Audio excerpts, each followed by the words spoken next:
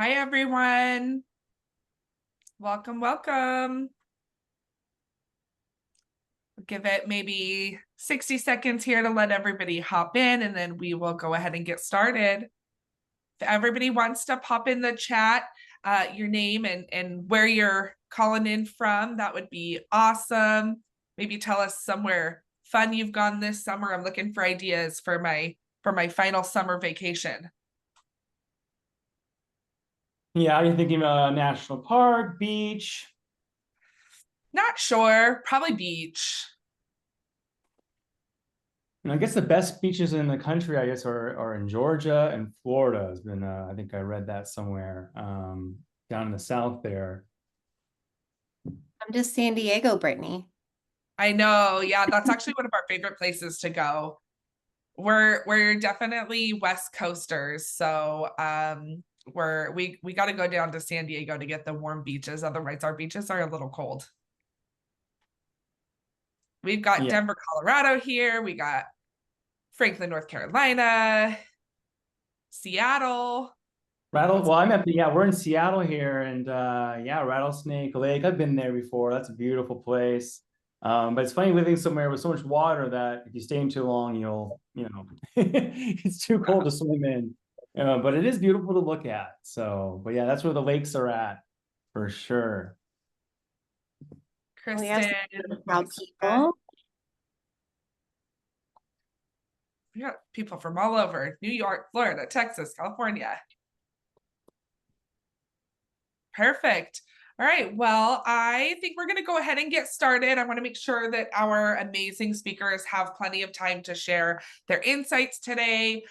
Today, we're going to be talking about boosting engagement and recognition culture, which will ultimately boost and can even double employee productivity. So today here with me, I have Katie Krupar and Alex Grande, and they are going to share their amazing insights and all of their wonderful experience that they have in this realm. I want to start off with a quick poll. So let's get, while we've still got people hopping in, I want to get a little bit of a pulse check. So you should see a poll popping up on your screen. We want to know, what is your biggest challenge when it comes to employee productivity today? Is it lack of engagement, inconsistent recognition, lack of manager buy-in? Is it burnout or low morale? Is it hard to measure? Or is it something else? So tell us in the poll. We'll leave that open while we've got some others joining in. When answer that poll, you can continue telling us where you're calling in from. Maybe we'll give it 30 to 60 seconds for everybody to answer that poll.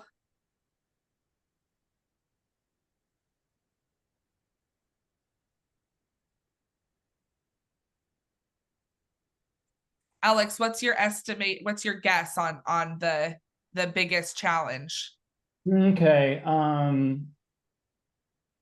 mean, I think that obviously, I think directly it's easy to just jump to burnout, low morale, as that is a serious issue. But then, what are the side effects of that? What are the causes of that? Manager buy-in, lack of engagement, all these external factors happening in the world right now, weigh on people. So yeah, what about you? I also think hard to measure. I think sometimes there's gut checking that we all do, especially as HR leaders. We're people, so we know how to read people well. But how are we able to share that data with our leaders so they understand how important it is? Yeah. Yeah, I actually agree with both of you. We got our results up here.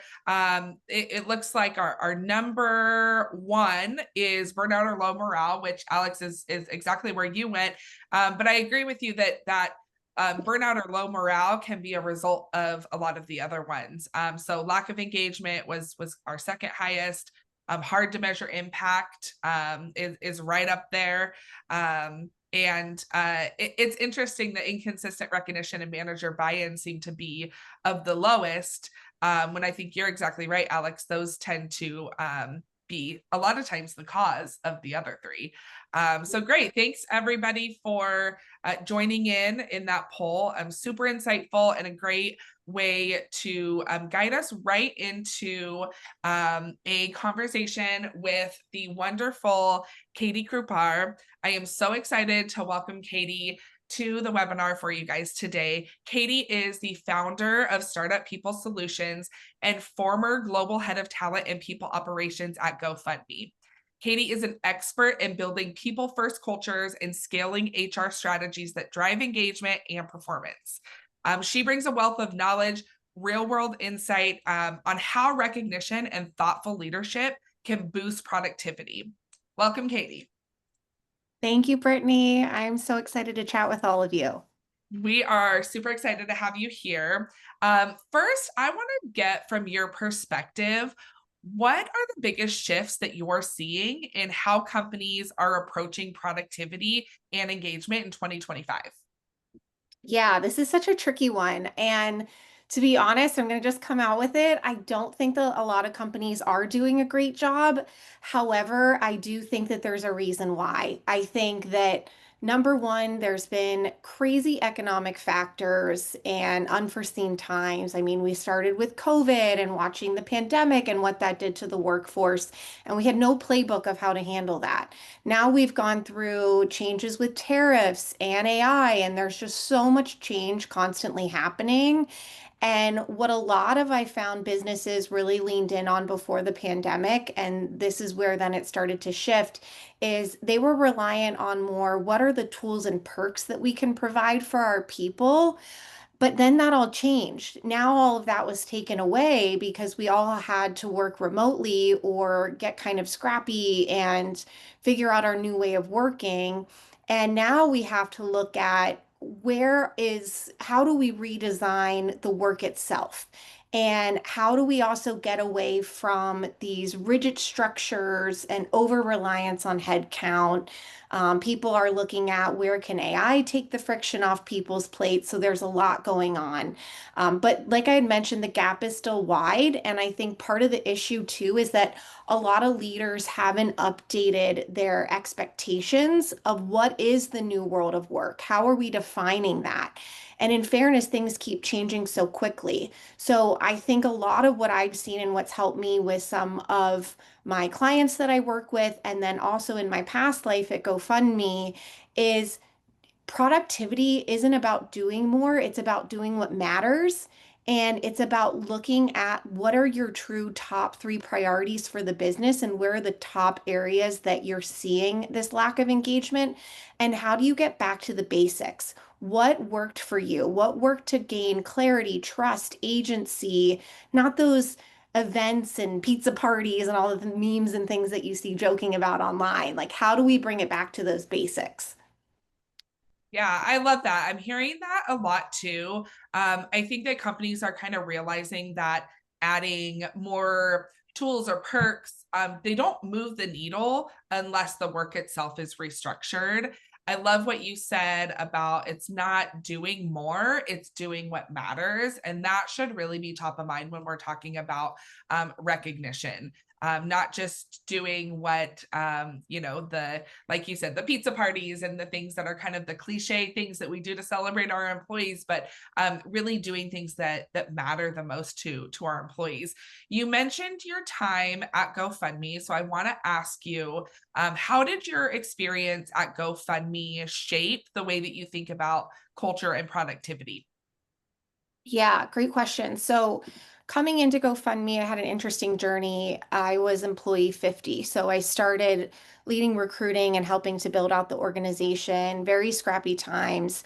But I think what was really, really awesome that the original co-founders did really well is they immediately aligned early on what their company core values were and how they recognize people and how they tied that back to the brand and mission. For example, one of the events that they did that was really unique that I've never seen done in a business before is they had a gives back program. And this program helped engage employees because they could pick a GoFundMe campaign of their choice and GoFundMe would donate money on your behalf. So that's one way that they tied it back to the brand and the business. But going back to the core values and how they really started to recognize people is it was intentionality. It was very, very intentionally driven of here's our core values, here's what we stand for, and here's how we're going to continue to recognize people who align with those core values and are doing their work based on it. And that we are ensuring that we're only recognizing positive behaviors and things that are continuing to drive the business forward in the direction of what our overall goals and KPIs are. So continuing to reinforce those positive behaviors and disregard the negative ones. It's okay to call them out, I think, and do those obviously in the right setting, right? One-on-one and in performance reviews and in the right time, but keep just putting a spotlight on the positive, but make sure it's very, very intentional. I can't say that enough. I love that. Yeah, that really resonates so much. It's often those like small, consistent rituals like recognition that end up having the biggest cultural impact. Um, Speaking of that, I know you know firsthand how culture and recognition can influence business outcomes. Can you share an example where building a strong culture of recognition directly impacted business results and productivity? Yeah, absolutely. It's my nature that I always want to talk about GoFundMe because it was such an amazing part of my life. But I'll talk Absolutely. about a client that I had. So there was a client that I had recently. It was a startup and they were scaling quickly and they're also hiring remote teams, which can be a little bit tricky. And all of a sudden, they started to really struggle with people being burnout because they were pulled in too many directions and wearing too many hats. I know we can all relate to that, and also turnover. And especially what was interesting is they were seeing it with high performing managers. So they were like, what is happening? Why is this happening? These are supposed to be our high performers. And ultimately, what was happening there is that the managers were feeling so siloed and they weren't feeling recognized. And so that was bleeding down to the entire team. And so we were able to start doing recognition very simply in Slack and, not having this like big investment, and starting small and starting to really give team members and especially management shout outs tied to, again, going back to these company values, specific recognition. Within 60 days, we started to see these shifts that started to happen that we were able to capture of voluntary attrition dropped, engagement scores went up, and the leadership team was seeing more cross-functional collaboration. And the biggest impact of that too is they started to slowly see an impact in their Q3 revenue, which was something that they were missing before, and they didn't know how to do that. And so it proved that when you make people truly feel value, seen, and heard, and you truly step back and listen to your people, that they will start to thrive because they are no longer feeling siloed and isolated and like misunderstood and frustrated. They're now starting to feel more confident again and able to really show up as their best selves. Yeah, that's a really great example. I think what I love most about your example is really just how simple the approach was. It's really kind of proof that you don't need these, you don't need to do the most. Start small, do a little, let it grow. When people start to feel seen, no matter how small, things start to really kind of click in place. And of course, it's not just about setting up a program or a system. It's about who's using it, which leads me to my next question. How important is manager participation in making a program successful? And what does effective manager training look like? Yeah, first off, it's everything. And this is sometimes a struggle that I have. And I immediately kind of nip it in the butt with clients and I say, hey, this isn't going to work if I don't have your collaboration and partnership with this. And what I find also gets through to leaders too is showing them the data and helping them really understand it and walk them through it so they also get bought in. But if you train, what I would do in rolling something like this out is start with the top. Start with involving executive leadership and all managers that are overseeing people, and train them first on the recognition tool or platform or whatever process or program you're putting in place. That's number one. And have them lead by example. Your team always has eyes on leadership and management, whether you want them to or not. And so they're watching your every move and they're replicating it. And so starting there is huge because then everyone else is going to start to follow suit. But if you don't do it that way and you expect your employees to engage, you're going to see very, very low results. I saw that happen and immediately course corrected it and really got leadership aligned again. And I showed them, hey, here's a case study that I have of where it worked well because we did it this way. And here's also what's happening right now because I don't feel like I truly have your buy-in and support. And so being able to really realign and help them understand why they need to be the ones to truly um, have that behavior first and foremost, because everyone is looking to them as the leaders. Yeah, I could not agree with your answer more. I think that managers really are the culture amplifiers, and it's something that I do in my everyday work as well when onboarding, clients to in helping them set up their recognition programs. It has to start at the top. If this is just an HR team coming in and introducing this to everybody without executive buy-in, without manager buy-in, it's gonna fall flat. It just is. And one of the best practices that I like to talk a lot about is getting executive and most importantly, manager feedback in what that program should look like. What behaviors do they want to celebrate? What values are important to them and their teams? And that really helps create that buy-in because then they feel like this isn't just another tool that HR is throwing at us, another thing that we have to do every day. This is something that I was really involved in, and that really helps to create that buy-in. So, it's not always easy as your example, identified for us. So let's talk about some of the common challenges for companies that are starting to build a recognition culture. What would you say is the biggest thing that they should look out for? I think that you have to be really, really clear and make sure it's authentic. We are also just a part of a time and generation right now where you see the trends even on Instagram and in the media that people are sick of inauthenticity. And so need to lean into that. And there's a healthy balance with it. It can't be this toxic positivity that like everything's rah rah and great. It again goes back to that intentionality of making sure that it doesn't feel forced and that you're doing it in a way that you're not overcomplicating it, however, still making it a part of your day to day. And one healthy way of even looking at that as a leader is thinking about, okay, who have I recognized this week and who haven't I, and what's a sustainable way to do it? Like, what can I truly dedicate and get aligned with that with your leaders? So, if you feel like you can dedicate, one recognition every few days and start by just kind of piloting it and seeing what's working. That's a great place to start. Make sure, again, you're dispersing it amongst the different people on your team so everyone is feeling that love and support. But also doing it, of course, in an authentic way. There are going to be people that outshine and outperform. Sure.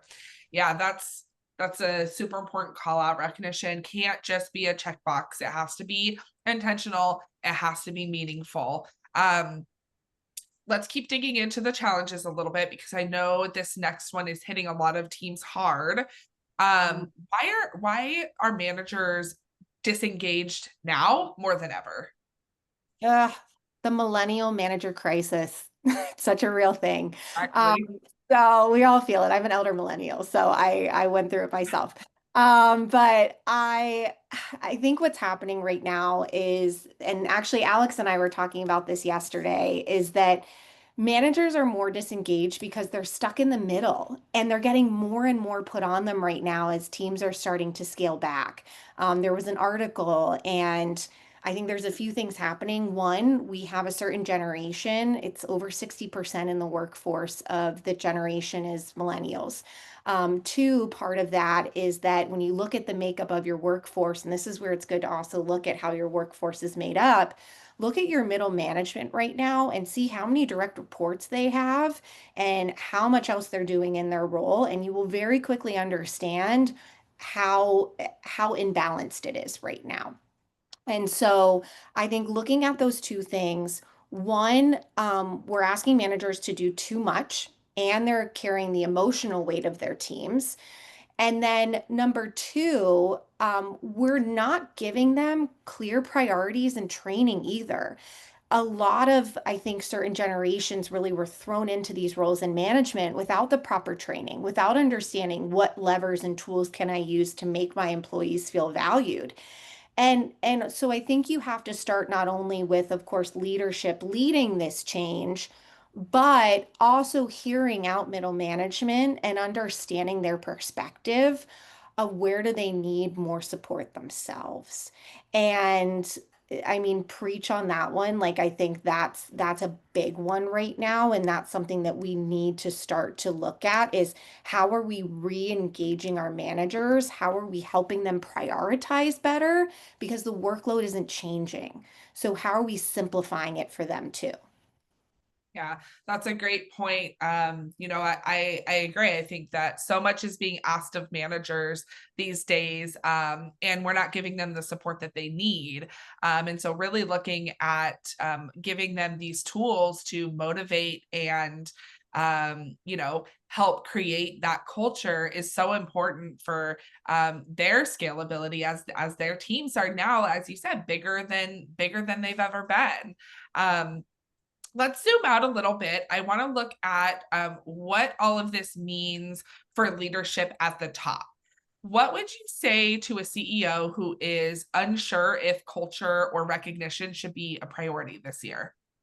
Totally. So I think that right now, culture isn't a nice to have, but because so many executives are focused right now on financial aspects of the business and the bottom line, it is getting put by the wayside. And so, where you can really start to get through to executives and your CEO and leadership team is look at the data. So figure out and look at where are you seeing that retention is an issue, performance, morale. Start to pull those data points and then start to pull together articles and information that can back your theory that the operating system of the business and recognition and the behaviors are a bit broken right now. You also don't need a huge budget or formal program. And that's what I've been trying to allude to is that I think that having going back to the basics and thinking about, okay, let's also look at what we've been doing. And if it's not driving recognition forward, let's do it in a more genuine and authentic way. And the way to do that is recognition. It's not just it's about making people feel good again, but also reinforcing what matters. And it's not the perks. It's not, it's making people feel seen, feel trusted, feel aligned to the business. And all of that starts with how you are shifting your culture. There was an article I was reading through Gallup the other day, and employees who feel recognized are 5 times more likely to be engaged, and engaged teams are 23% more profitable. So I think that number alone just says a lot. And so again, I think look at ways where you can pull the data, pull those retention numbers, performance reviews, everything that you can leverage, and then also help them understand maybe where we could make cuts of what's not working, and then where do we reinvest and where do we go back to the basics. Yeah, absolutely. I think I love that you call culture the operating system. It's the foundation of that everything else runs on. And leaders need to understand that. And the other thing that I love that you said was that it doesn't have to be huge. I hear a lot of companies saying, we don't have a huge budget for rewards, so we're not sure if this is going to be worth it. anymore, it's not about necessarily like the perks or the big prizes. It's about, as you said, feeling valued, feeling seen, feeling like the work that you're doing matters. And that's free, right? Like sending somebody a recognition is can do much more than sending them a gift card or a pizza party, as the example we've been using. All right, let's bring this all together with some encouragement for the folks on our call who are doing this work every day. Give me some final words of encouragement or their work this year. Yeah, I think final words of encouragement are, if you yourself in the HR space and whatever role you're in right now are feeling tired and burnout and disconnected, you're not alone. And then you're feeling that ramification of also the teams you're supporting are too. But I think the good news is if you're feeling overwhelmed with all of this, my best advice and what I've been really leading businesses in and have seen be effective is starting small and starting human. Reconnect to your values, recognize what's working, look at what's not, and start to listen more, really act on what you hear. Your people are there because they want to do great work and they want to feel proud and connected. And your job isn't to have all the answers, it's to just really start to keep understanding and keep chipping away and peeling back of how do we really start simple and small again and do what's always worked? And that's always recognizing people for the hard work that they're doing. People want to leave feeling good and feeling proud. Yeah, I love it. It's a really refreshing reminder. It's about slowing down, listening, making small changes, and really honoring the human side of work, that authenticity that you've talked so much about. And finally, where can people learn more about your work or get in touch with you? Totally. So I'll drop my LinkedIn profile in the chat. I would love to connect with you and feel free to shoot me a DM. Also happy to send out my email after and find any time or answer any questions. And I'll also find a way to send out any of the articles that I mentioned. I know I saw that pop up in the chat. So definitely here to always be an ear and a partner in any way that I can. And remember that we're all in this together and we're all just trying to make our workplace the most positive and healthy and productive environment possible. I love it. Thank you so much, Katie. We are also going to drop Katie's contact information on the last slide after the call today. You can also, we're going to have a Q&A session at the end. We'll get everybody off mute and let you guys kind of engage and ask questions. Feel free to pop questions for Katie into the chat as we go. We'll have a little bit of time to answer those at the end. And we will also be providing a recording as well as Katie's and Alex's contact information in our follow-up email. Thanks again, Katie. Super insightful. Joining us next is the wonderful Alex Grande, CEO and founder of Recognize, a platform helping organizations strengthen culture through recognition and rewards. Alex has worked with hundreds of teams to embed recognition into everyday work and improve employee experience at scale. He has published research in social cognition and is passionate about positive reinforcement. Help me welcome Alex Grande. Hello. Okay, so Alex, we heard some big picture thinking from Katie. Now I want to get into the how. You work closely with companies as they bring recognition programs to life. From where you sit, what trips people up when trying to turn intention into action? Good question. Well, I think what is really important around making things stick is having habits built on top of each other, right? So if you already have a newsletter, there should be a section for recognition there, right? If you have a town hall, the executive team should be talking about the accomplishments of the company.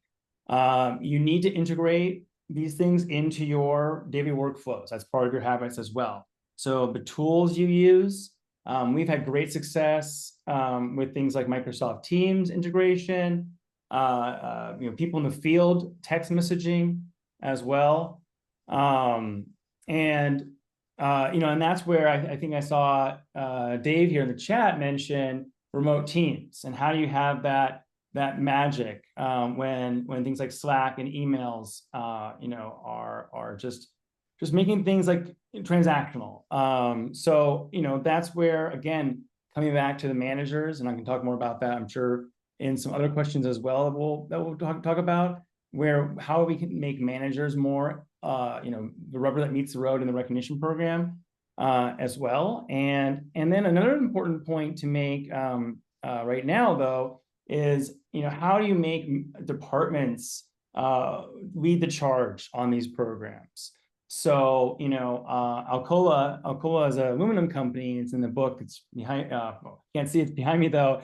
The Power of Habit by Charles Duhigg, where he talks about how to increase the value of the aluminum company. They focused on safety, right? Because manufacturing is so important with its safety. I had a call earlier today where I look at the about page of a number of websites every week, with their career pages, and where they say, and manufacturing is always safety is number one, right? So what's number one to your organization, and how can you tie, even if it is digital, or if it is Slack, because if people are remote and you're not, especially people who work in the field, we have to rely on technology to connect, but we can make the technology more interesting, more fun, and more aligned with the company's goals when you have it specifically to your department. So if your operations, your software engineering, your healthcare, your nurses, what is it important to you? And then model programs around that, and that allows the oftentimes the HR function to delegate to other departments. Yeah, totally. I hear that a lot in my day-to-day work as well. A lot of times companies get stuck trying to perfect a program before launching it, when really all they need to do is just get started in including it in the things that they do every day. Like you said, the newsletters, the weekly stand-ups, just starting small and just making it a part of that everyday work. It doesn't need to be perfect. It's going to be a scalable program for sure. Let's talk about sustainability. So not just how do we get started, how do we launch a program, but actually embedding recognition into daily rhythms. What, in your experience, makes it stick, or in other words, keeps it from fizzling out?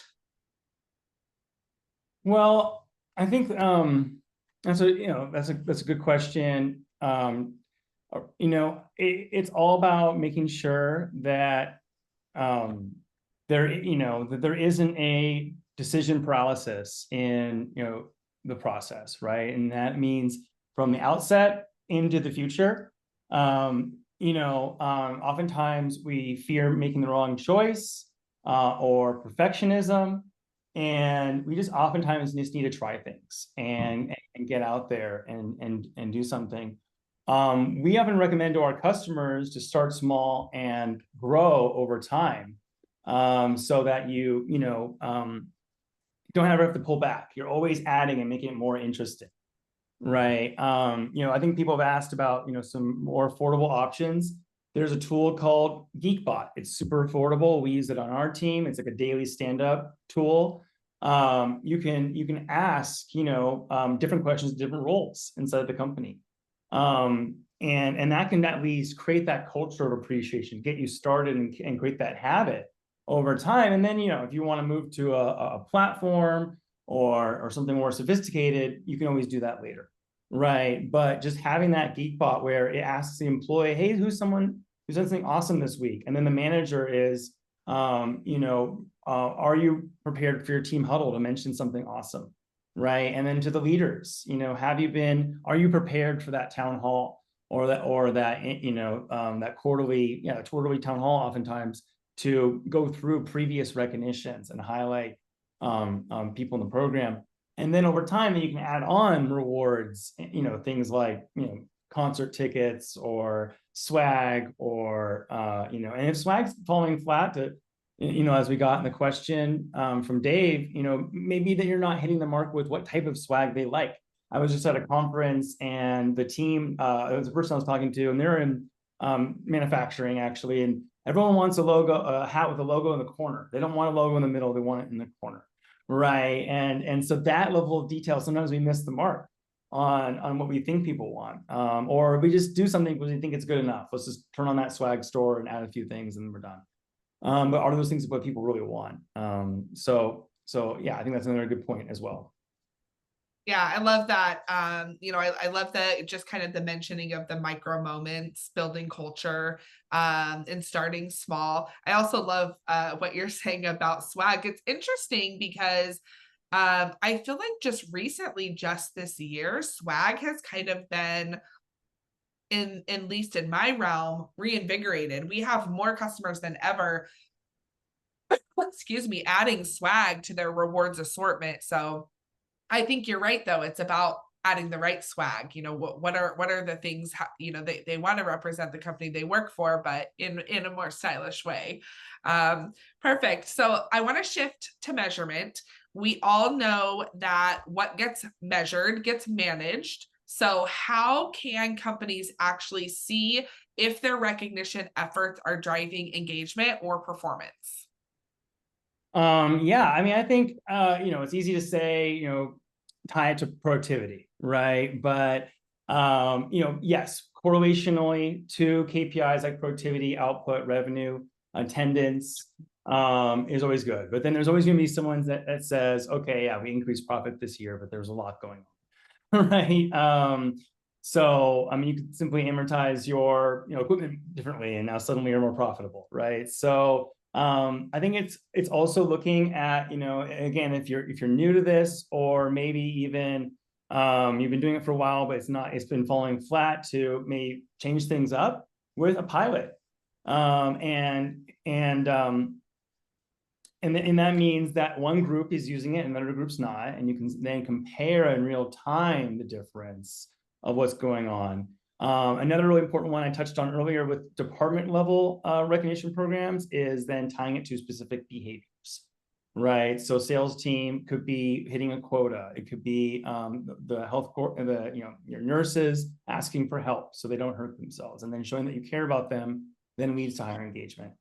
So these kinds of promoting key behaviors, and then you can actually measure, has there been a change, between, pre-post, or between two departments, so it can be good. So I think it's, again, going back to that crawl, walk, run, and adjusting over time. One thing that oftentimes they recommend in entrepreneurship, as leaders, is a scorecard and checking numbers every week. Brittany and I actually look at numbers every week of key things, and that allows you to course correct very quickly on what you're doing. The analogy is, if someone's flying a plane and they're flying from, Seattle to, let's say, Florida, and they only check once if they're on course throughout that entire flight, they're not going to land in Florida.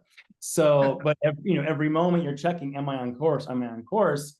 With whatever those key behaviors or KPIs you're looking at that could be tied to this. Of course, there's also a survey. I think people are experiencing more and more survey fatigue. So those long surveys are a bit much. I know at Amazon they do a daily 1-question survey. So that could be something that you can look into, where you just limit the amount of questions, right? Like, hey, just give me one moment to ask one question is a lot better than 3 or 4 pages. And then just looking at the general engagement of the program, whatever program you're using. Again, if it's homegrown, it's harder to analyze. So you can always connect now spreadsheets now to Claude AI and ask it that questions, or build calculators, easier than ever using AI. But then, so if you don't have a homegrown system and you're using something like Recognize, actually, I'm curious in the chat if people want to, put a 1, do you have a homegrown recognition program already? Put a 2 if you're using a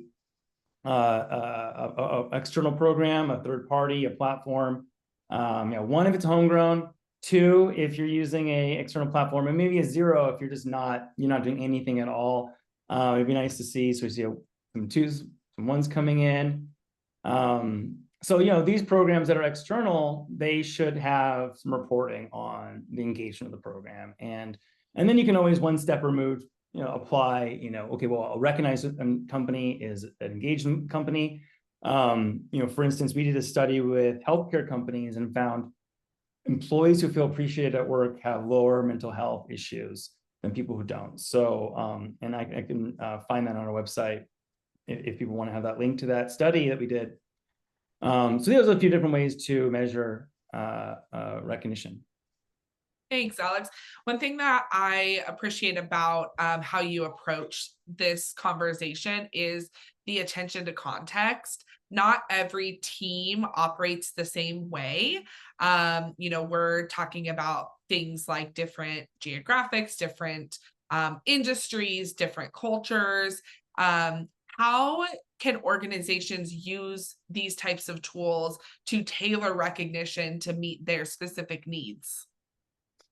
Yeah, I mean, you know, one thing that's I want to mention is there was a study a long time ago now, about 10 years, where you're only as strong as your weakest link. I did want to highlight that, you know, and that's part of culture itself. So if you have a group of people you know, working together on a project and there's one naysayer, it brings the entire team down to that person's level. Everyone else becomes naysayers. So I think that's why, you know, you want to weed those people out. You know, recognition is a right, but the rewards is a privilege.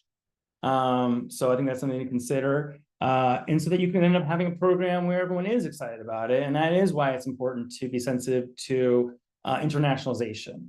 You know, one symbol can be, you know, I think that's where you're just using maybe already tried and true symbols. Let's say, you know, for our badging system, you know, we put a lot of thought into that, but you can use emojis, and emojis oftentimes are in that consideration. But you know, there's a lot of nuances with culture. Obviously, it's easy to have a program that's, you know, language supported, you know, but one thing to be considering, even beyond something like just the basic mechanics of, you know, right to left in an application, if you're in the Arab world, you want to have your programs be able to have, you know, localized to, you know, Arabic and it's you know, right to left.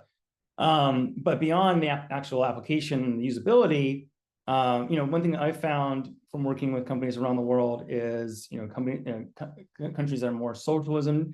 So, you know, Germany, for instance, they care about more, you know, private recognition, right? So you want to be sensitive to that. You know, public recognition can actually backfire in some of those types of places in Europe, whereas, you know, Latin America, in the United States, Australia, and funny enough, Britain. I mean, these places, they love recognition. They love highlighting people's accomplishments. And so that's more public, right? And so it's good to be able to consider where people are for that regard is, I think, an important one.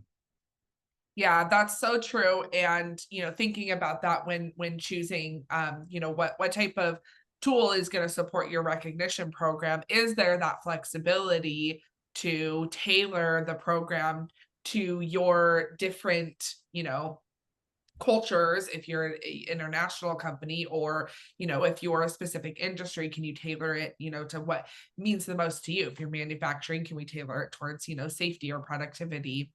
I love that. So, building on that, especially with hybrid or global teams, decentralizing some admin access can really help scale. What do you think is the right balance between control and empowerment?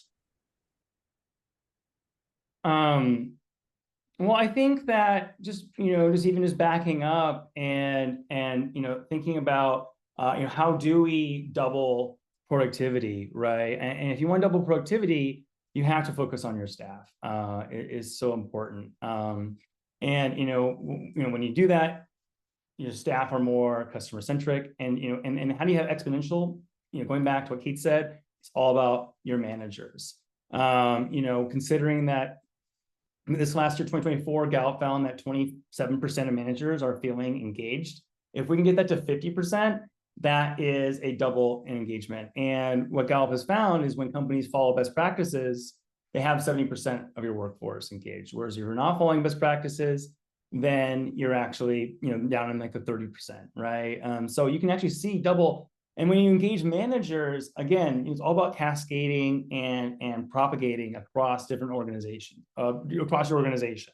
So if the leadership care about this, then the managers can care about it, and really coming to the managers and asking them the same thing that you want to ask your employees, right? What is your brilliance? The work that we're paid to do is one thing, but it's all about that idea of bringing your brilliance to work and tying those together. And when a manager is a hopeful manager, they're a helpful manager. And that's the kind of person you want, because when you're managing, like in healthcare, up to 46 people, or manufacturing 20 or 30 people per manager, that's a huge exponential connection. I mean, it is interesting when you have too few of managers.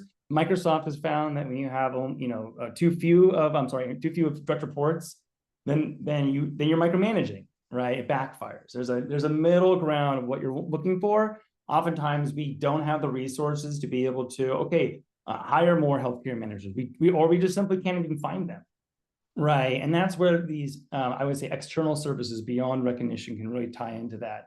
Having that mental health support and being able to say again, you're doing a good job. I think we all have experienced ChatGPT and how good talking ChatGPT is. Oh, Alex, you're such a great question. Oh, thank you so much. But kind of going back to the original thought, actually, the original survey question, it's like when people have low morale, doesn't that kind of indicate that they have passion for the job, but they're just exacerbated? They just don't know what to do anymore. Whereas if there's lack of engagement, I think those are more likely the case of silent quitting, as they say, right? They just lack passion. So I think there's kind of a passion separation that has to be considered. And that's what the leaders need to provide is that passion, is that mission. If leaders aren't distilling passion, and too much passion can be overkill, but there's a balance of having that in the culture, and if leaders aren't inspiring in that way, that's a problem. So I want to double click on that as an important point. Yeah, I love it. So with that in mind, what is one mindset shift that you wish more companies would make when it comes to recognition? It really comes back to just going and doing something, right? And I touched on that before on the decision making. It's look at recognize the platform that I had the pleasure to build with my team with Brittany. When we started out, it was just a set of badges you can just give each other, right? And you couldn't even change what they were. And we very quickly learned that needed to change. But the point is we got out there and we did it, right? And so a lot of these internal programs that we go after and do, there's a decision paralysis, partly because if you don't do anything, you're not going to get in trouble, right? And we're going to get to metrics. I saw Dave's, I'm sure we're going to get to metrics as well. But I think that, if you don't do anything, you're good. But so that's why, especially when you have a program that affects all your employees, if I turn on a, SEO search tool, right, I'm the only one using it, let's say. Right. Whereas if you turn on something like Recognize, yes, it goes to 200-300 employees, depending on your employee size, thousands of employees. So that's why, again, you set the tone that this is new and it's going to be, trust is built over time. And so we're going to start small here. And I think that's where the problem, can tie into the problem of lack of budget, right? Lack of resources. You don't have the money. HR, for instance, is given a pool of money and you can put it towards a number of things like wellness and surveys and other programs. So where does recognition, or where does, all these things tie in to get the biggest output in that year, right? But with something like I said, Geekbot, or just having the leaders talk about it on a regular basis, and every once in a while checking, is this the program that you want? And just asking that one question once a year could be better than definitely not. And I also think there could be a mindset shift around the whole point of this, because I talk to a lot of companies that ask me, okay, but how about someone recognizing their friends at work and they're just trading points or something like that. Or what if someone said something mean in the platform?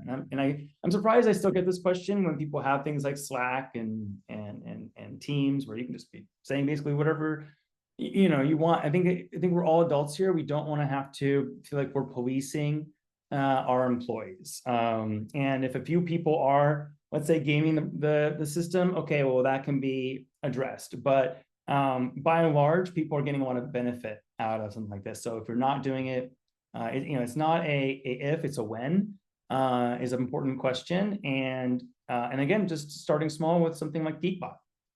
Yeah, I love it. I want to wrap it up with some final thoughts from you, actually piggybacking off of your last statement there. For leaders who want to start small, maybe those who answered a 0 or a 1 in your quick little chat survey, what are some quick wins that they can implement today? Yeah, I think, again, just checking in on having, you can do a type form. I talked to a lot of companies that come to us, hey, we're doing a MailChimp.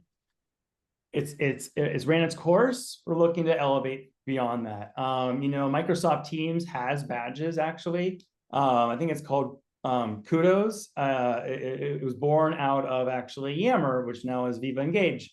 So that's an option. There are some really affordable options on Slack if you're a Slack company. And then over time, when you grow, and then maybe you can graduate to something like Recognize. And we're more than happy to showcase that, provide a discount to anyone who joins the webinar today, of course.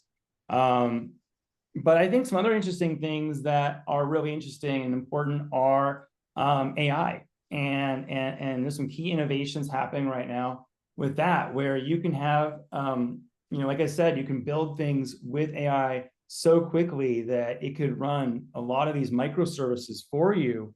And that's really the future. If you're not familiar with the term MCP, I would look into that. That's where you can connect a lot of tools, and it's a nascent industry, but being able to connect your customer relationship management system or your patient management system in with Claude or one of these AIs. If you're not familiar with Claude, Google Claude AI. It's a lot like ChatGPT. But these are these things that you can actually connect and play with the things through prompts, asking questions. What used to take so much effort to do data analysis or a person to run a program, now your HR team is elevated to be able to be more proactive and be able to get data much more accessible through something like an AI connection. Love it. Thanks so much, Alex. Some amazing insights. We really appreciate hearing from you. I know we have a lot of folks asking some questions in the chat. We ran a little bit over our speaker time, but we do still have some time left to get some questions answered. If you haven't already put a question in the chat, go ahead and pop that in now. Let me just look and see. I have a question here, and Katie, Alex, feel free to hop in and answer. Do you have ideas for best practices or emerging trends for recognition, reward, and celebration in the workplace, in particular for fully remote companies where some of that magic and human connection is lost? Yeah. I'll answer something really creative that we did at GoFundMe, and it really got people fired up. Is we went through major growth unexpectedly in 2020 with the pandemic, and then on top of it, people were navigating a pandemic as well. So they're putting in a lot of work and then navigating the pandemic. And the original co-founders popped in the Slack channel, and they were getting cameos made of people saying to the GoFundMe employees, like, keep up everything that you're doing. You're helping so many people right now. And it just lit this fire. So I know that's a very unique example, but think creatively. Like, think about those kind of things that if it's feeling it's getting stale and redundant, think about some creative ways that you can start to do it. And yeah, and then to Alex's point too of like, think about also like how are you also doing it in a way that you're making sure it's like cross collaborative amongst everybody too. But yeah, my advice is think creatively. Yeah, I love that. I want to pick up Dave's question here. Are there any metrics that you find most meaningful for tracking engagement and recognition impact over time other than surveys or retention rates? Tricky one.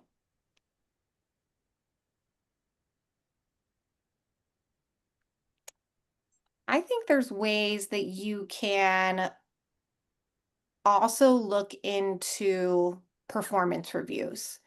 I think that there's a tone that you can see that you can pick up on in performance reviews. One thing that also is within your HR team, how are you really building partnerships with departments? And so how are they also being a set of eyes and ears on how they're seeing the teams doing? For leadership too, encourage your leaders to drop in on team meetings, not to again, create this police force with anybody, but just say, hey, I just want to stop in and be honest about it. Just say that I want to just see how everybody's doing and just be there and be a presence and keep it light when you do that and see how everyone's responding and reacting. So I think that can go a long way is look at the tone in performance reviews, pop in on those team meetings, do those informal check-ins. I think that can really help give you some quantitative, really qualitative, I'd say, data. Yeah.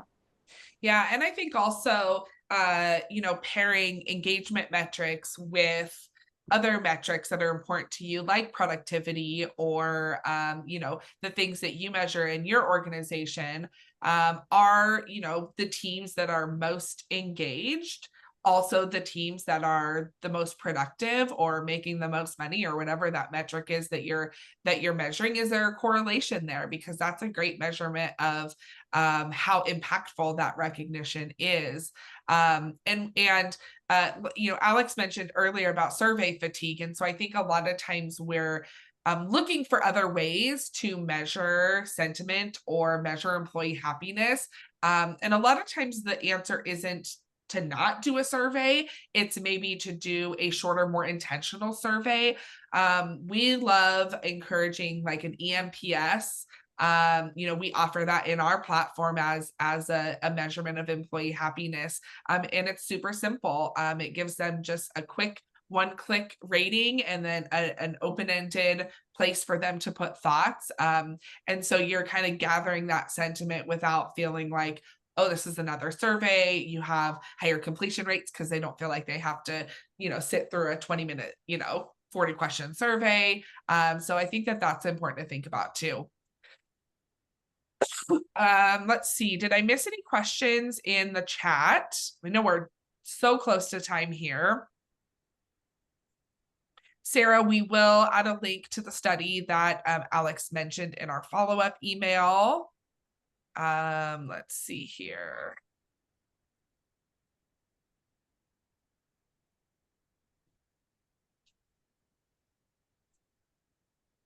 Lots of activity in the chat, so sorry if I missed your question. I'm browsing through here, but feel free to reach out if I missed your question or if you think of one after the call.